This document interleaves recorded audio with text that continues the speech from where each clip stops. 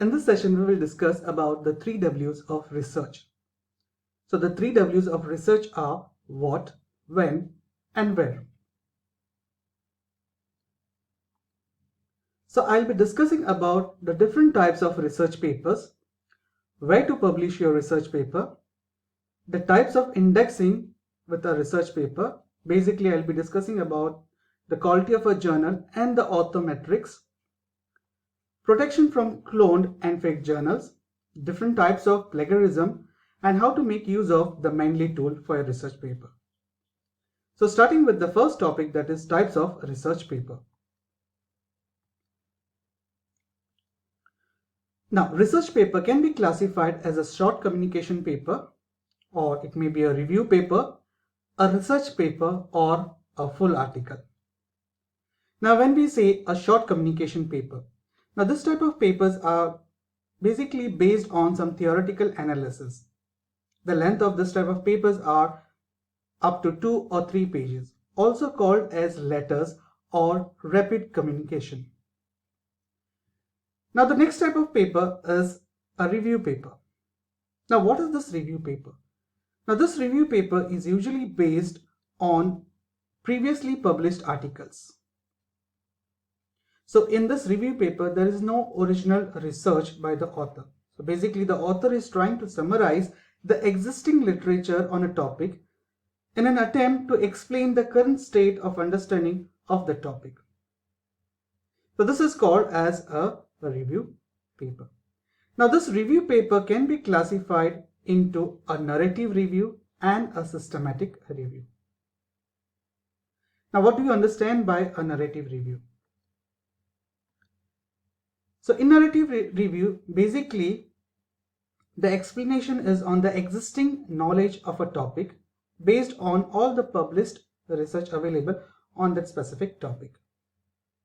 Whereas in a systematic review, the author tries to search for an answer to a particular question in the existing literature on a specific topic. So a review paper can either be a narrative review or it can be a systematic review. The next classification is we move towards the research paper. So now what is a research paper? Now basically in this research paper, all the data is based on some original research which is calculated using some experiments, surveys, interviews, questionnaires. So the author requires to collect all this data and analyze this raw data and conduct an original study. So this research paper will be based on the analysis and the interpretation of all this data that is collected using these 3 modes. And finally moving towards the last classification, that is full article. Now full article is similar to that of your research paper, but a full article is specifically in detail. Now usually these full articles are in the length of 20 to 30 pages. So this was the classification of research papers. Now the question is, once you are done with your research paper, where do you publish your research paper? Basically there are 2 places where you can publish your research paper. Either it can be a conference or it can be a journal. Now let's consider the first one, that is conference.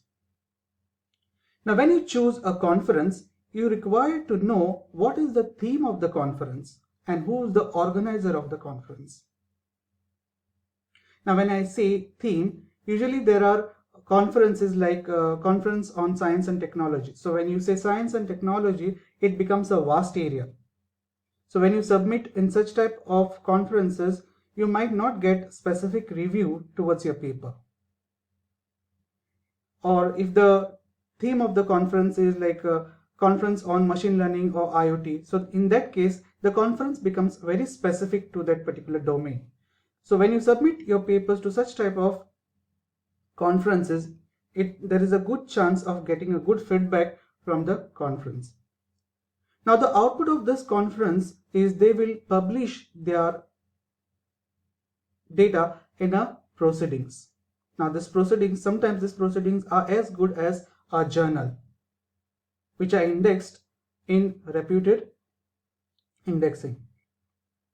Now some of the conferences, after the conference is over, then they will publish the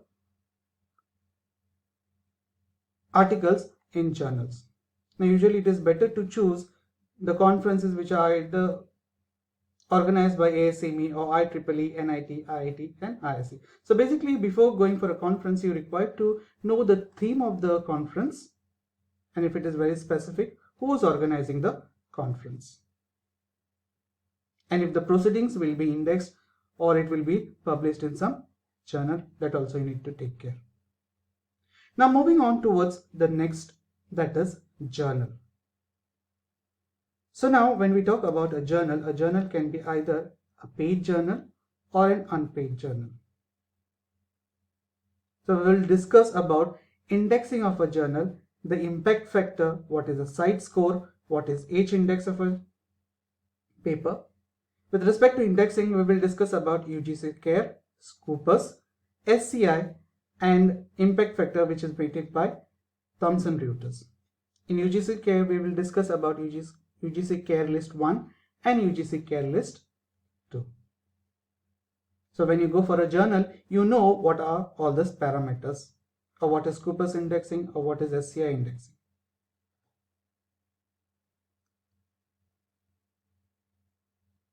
So what is this UGC CARE? UGC CARE stands for Consortium for Academic and Research Ethics. So basically journals are the only medium through which publishers publish their manuscript or article. Now UGC has formed this body, that is UGC CARE, to look after the quality of journals for publications of research paper for awarding degrees like MTech, MPhil, PhD and so on. Now the main purpose of UGC CARE is to promote only quality research, maintain the academic integrity and publication ethics in all Indian universities. That is the reason why this UGC CARE group was formed. Now in UGC CARE list, there are basically two categories.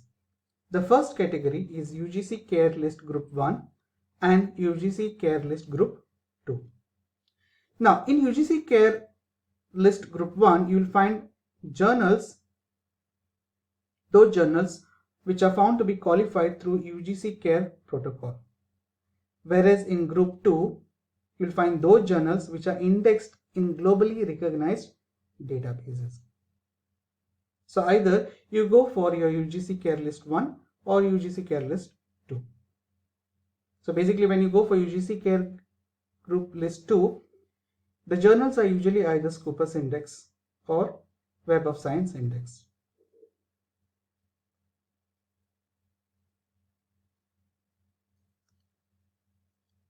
Now in UGC CARE list group 1, these are the subjects which are considered, that is sciences, social sciences, art and humanities, multidisciplinary and Indian languages. These are the approximate journals that are with respect to each subject. Whereas with respect to group 2, journals are indexed in Web of Science, SCI, SCIE and SSCI and Scopus databases for all disciplines. So basically it takes care of arts and humanities. It has science citation index, social science is in citation indexes and Scopus source list. That is with respect to group 2. Now coming to the next indexing, Scopus. So what is Scopus? Scopus is the largest abstract and citation database of peer-reviewed literature, scientific journals, books and conference proceedings. So basically it is a huge multidisciplinary database with citations and abstracts for peer-reviewed journal literature, trade journals, books, patent records and conference publications. This is the website of Scopus.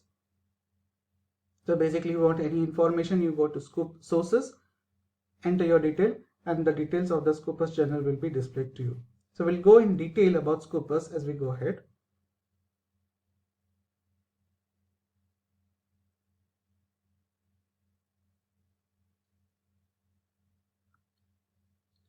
Next indexing is by Web of Science. Now what is this Web of Science? It is the world's most trusted publisher independent science citation database. So it was invented and guided by the legacy of Dr. Eugene Garfield. It is the most powerful research engine of publication. It is also a multidisciplinary platform which connects regional, specialty, data and patent indexes.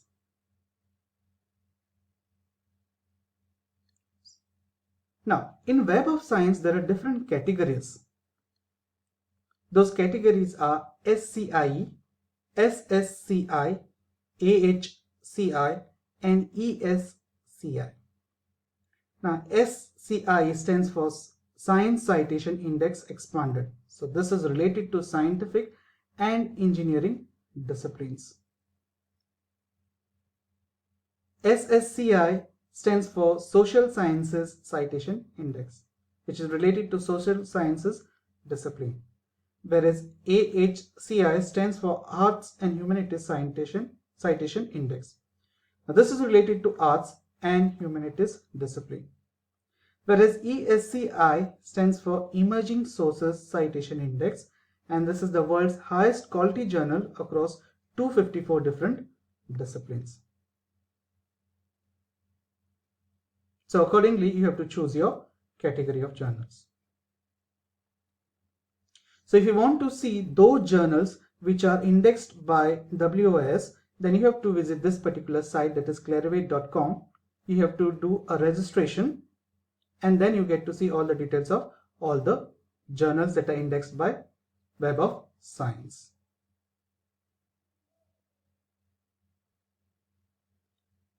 Okay, now what do we understand by the term impact factor?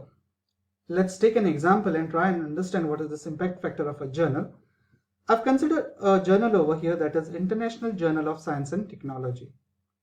Now for the year 2020, assuming that there are 100 papers which are published. Now out of this 100 papers, 25 papers were cited by some other authors for the same year 2020. So now the impact factor of this journal is calculated using this formula, that is 25 by 100 is equal to 0.25. So this is the impact factor of a journal. So basically it depends upon the number of citations done by other authors which are published in that journal. So this is the impact factor of a journal.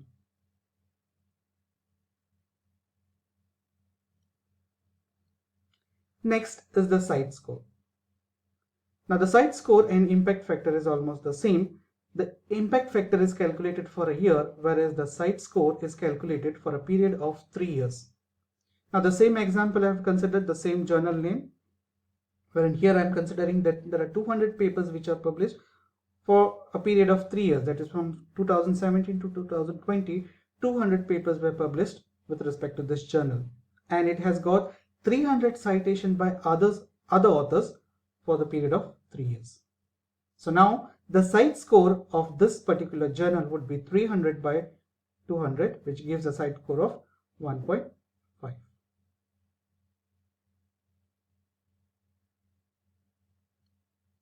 Coming to H index. Now this H index is purely associated with the author and not the journal. Now this H index was proposed by J.E. Hinch in 2005 and published in the Proceedings of National Academy of Sciences of United States of America.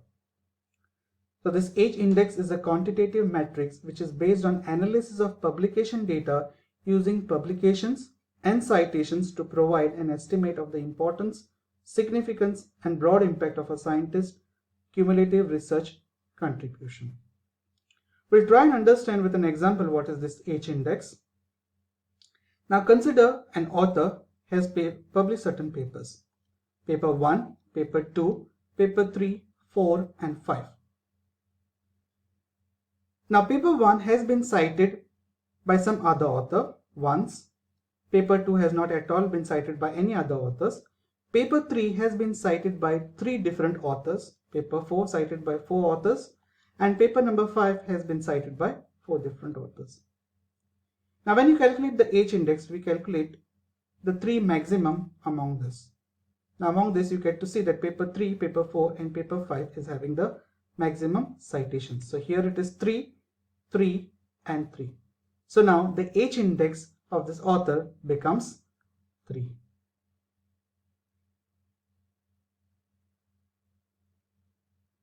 That means out of 5 papers, the authors has received at least 3 citations. So this was about H index.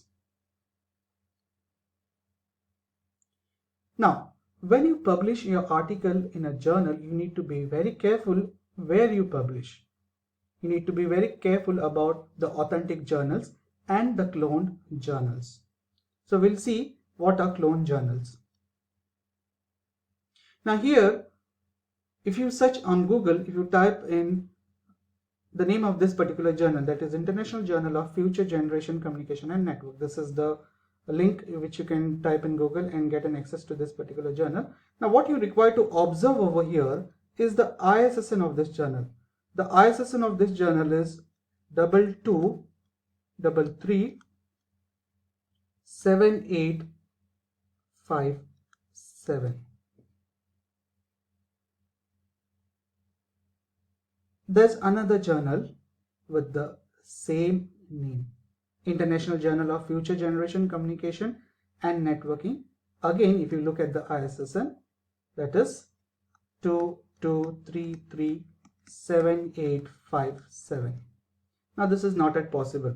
It is just like two people having same name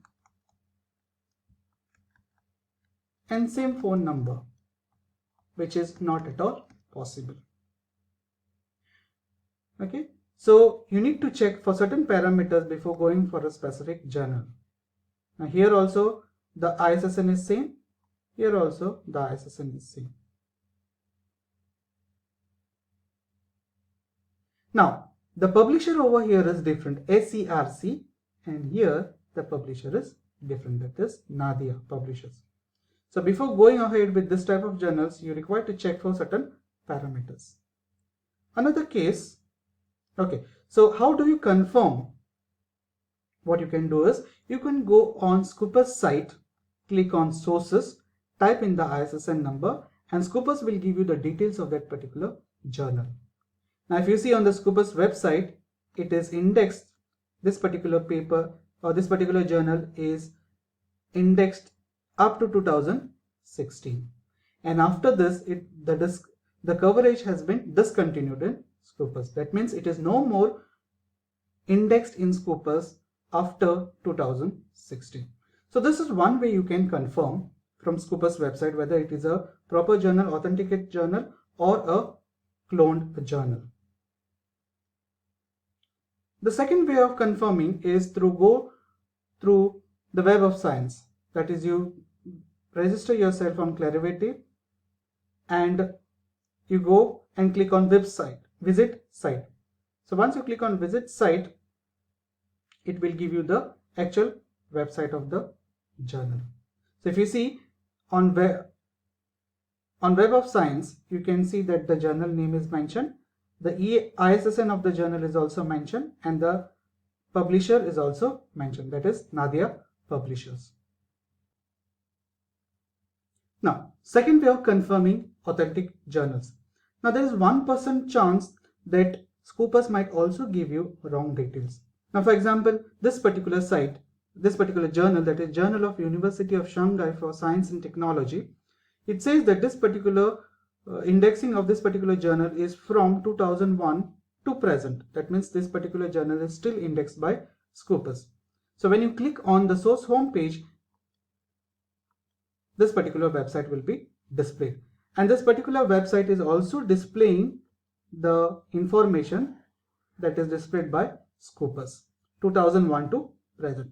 But the thing to be observed over here is the response time for this particular journal is only 24 hours. That means they are going to give a response for your manuscript which is submitted within 24 hours, which is not possible for any good journal.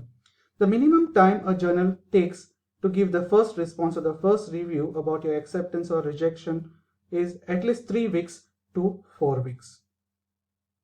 But here it shows us 24 hours. So another way of identifying an authentic journal is you go through this particular site, that is SCI Margo Journal and Country Rec. Now this particular website maintains the indexing of all the Scopus journal. So what you do is you either type in the ISSN number of the journal or the name of the journal and check whether it is indexed or not. So when I use this particular site, I landed up on this particular home page of the journal. So this is the authenticate journal and not the previous one. So using this methods, you can always verify whether a particular journal is a clone journal or an authentic journal. The Scopus website also provides a list of active journals and list of discontinued journal in the form of Excel on their home page, which you can always download and check for it.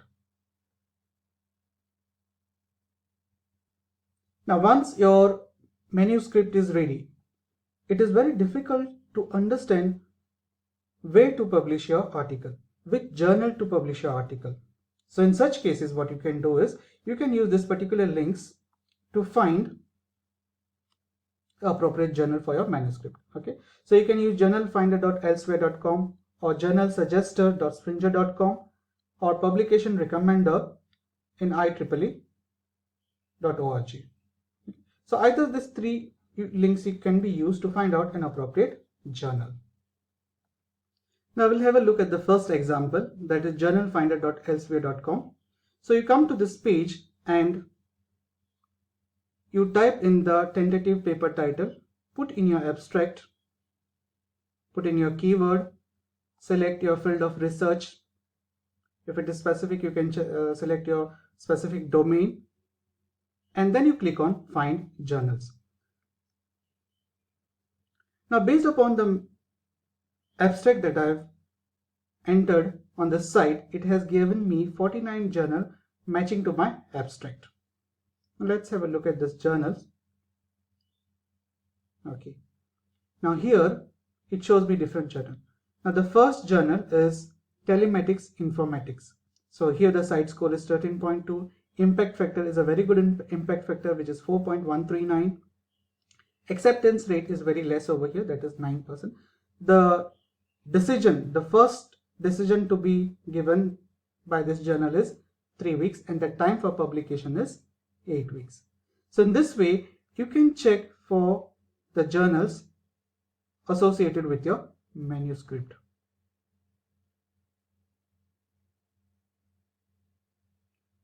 Also, there is something called as publication type over here. OA stands for open access and S stands for journals with subscription. Now what is this open access? Now when you say open access, in open access journals,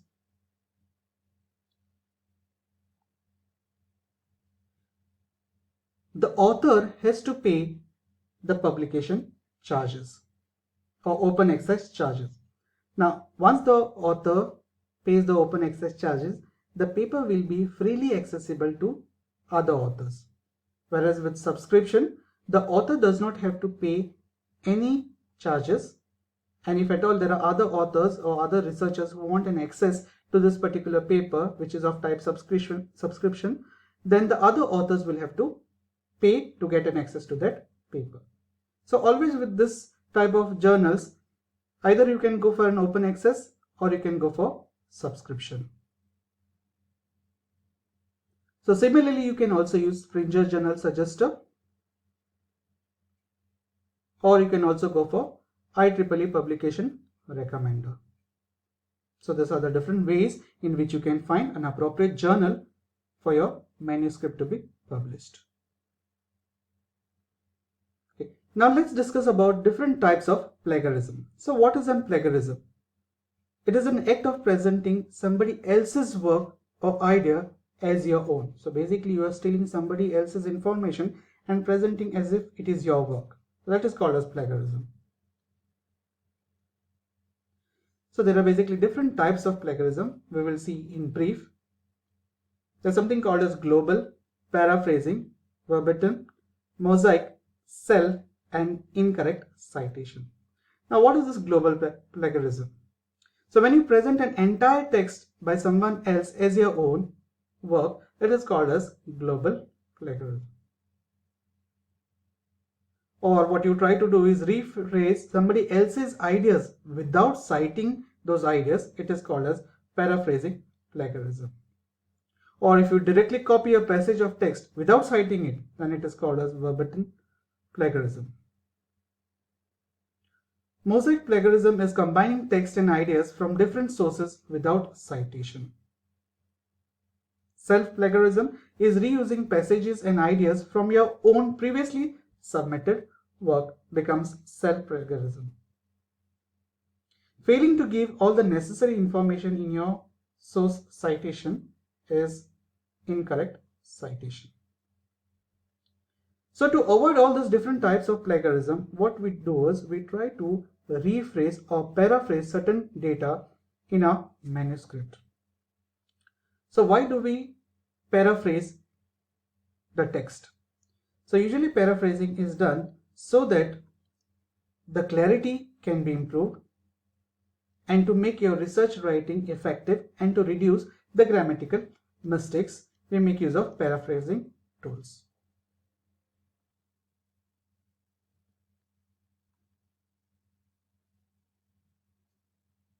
Now here is a sample of paraphrasing tool which is called as Quillbot, which is one of the best paraphrasing tools. You can see over here the original text is put over here and the paraphrased output is shown over here.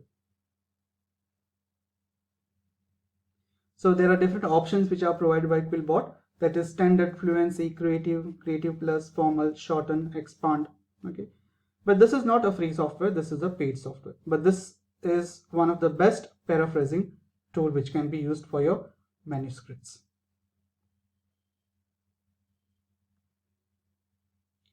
Next, how to make use of a plagiarism tool, or which plagiarism tool can be used. There are various tools which are used. Now the tools that are globally used are Turnitin, Urkund, usually used in Indian universities, and Authenticate. Now here is an example of a common document which was checked for plagiarism or similarity index in Turnitin as well as this particular tool. Now the name of this tool is Plagiarism Checker X. The same manuscript was submitted for both the tools. Turnitin gave a similarity index of 30%, whereas this particular tool, that is Plagiarism Checker, gave a similarity report of only 0%. That means no similarity was found. Now which one would you go for? This is a free tool which is available, whereas this one is a paid tool. Now the similarity index shown over here is 30% because this particular tool is used globally and most of the research institutes makes use of the Turnitin plagiarism tool. So the database is huge in terms of Turnitin as compared to this free tools. So whenever you go for plagiarism checking, make use of either Turnitin, Urkund or Authenticate tools to get a proper result.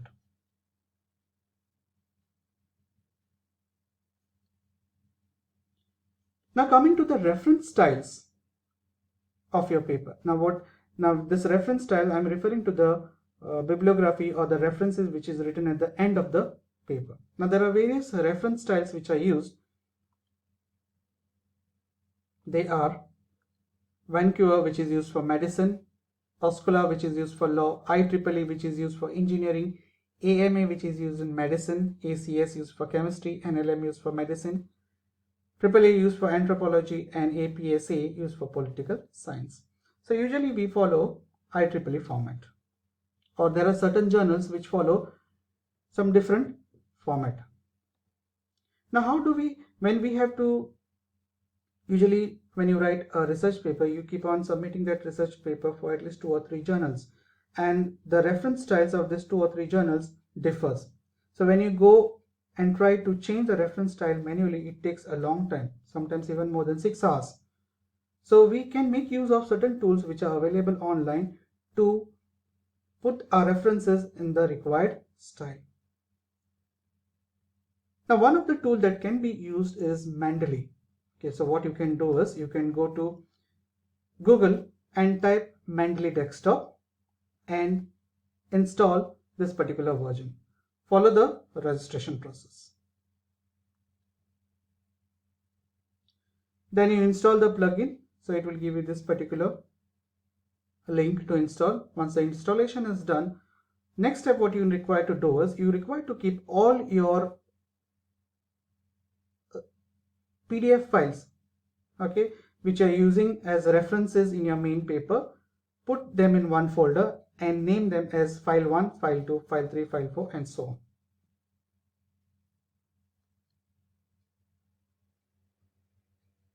And then you open your Mendeley,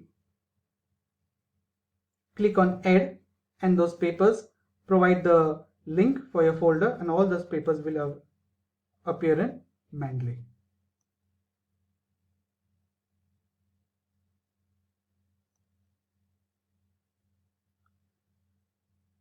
Now we'll have a look at an example. Let's assume that this is my article. Okay, in this article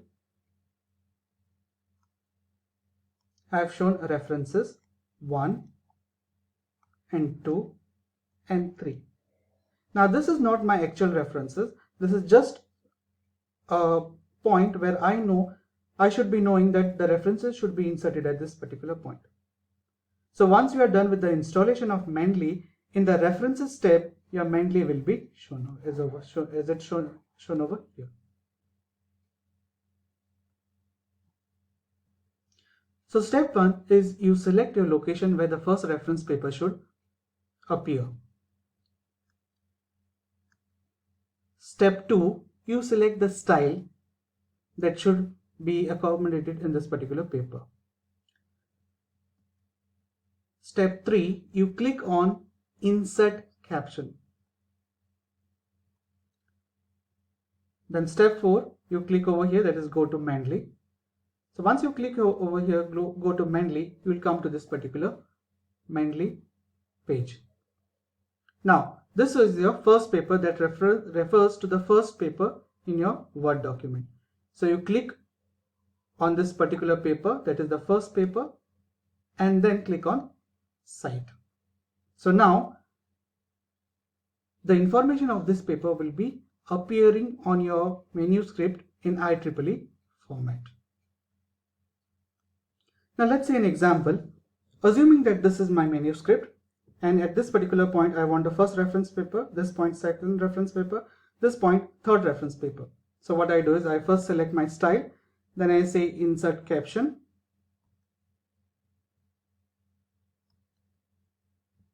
Click on Go to Mendeley, select the first paper and say Cite. So you observe over here the IEEE format has been appeared over here. Next I click over here, the second paper to be inserted, go to Mendeley, select the second paper, say Cite, the second style appears.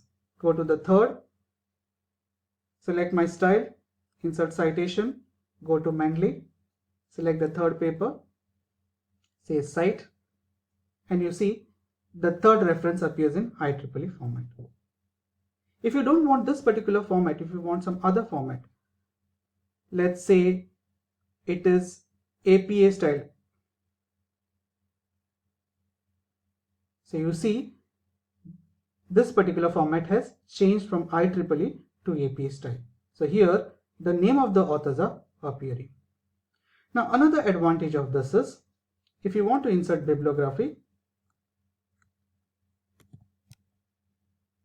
I'll just say Insert Bibliography. So all the details of the paper is appearing over here. If you want a different style, then you select a different style. It is appearing IEEE format. So Mendeley is a very good tool to use the references in your paper. Thank you.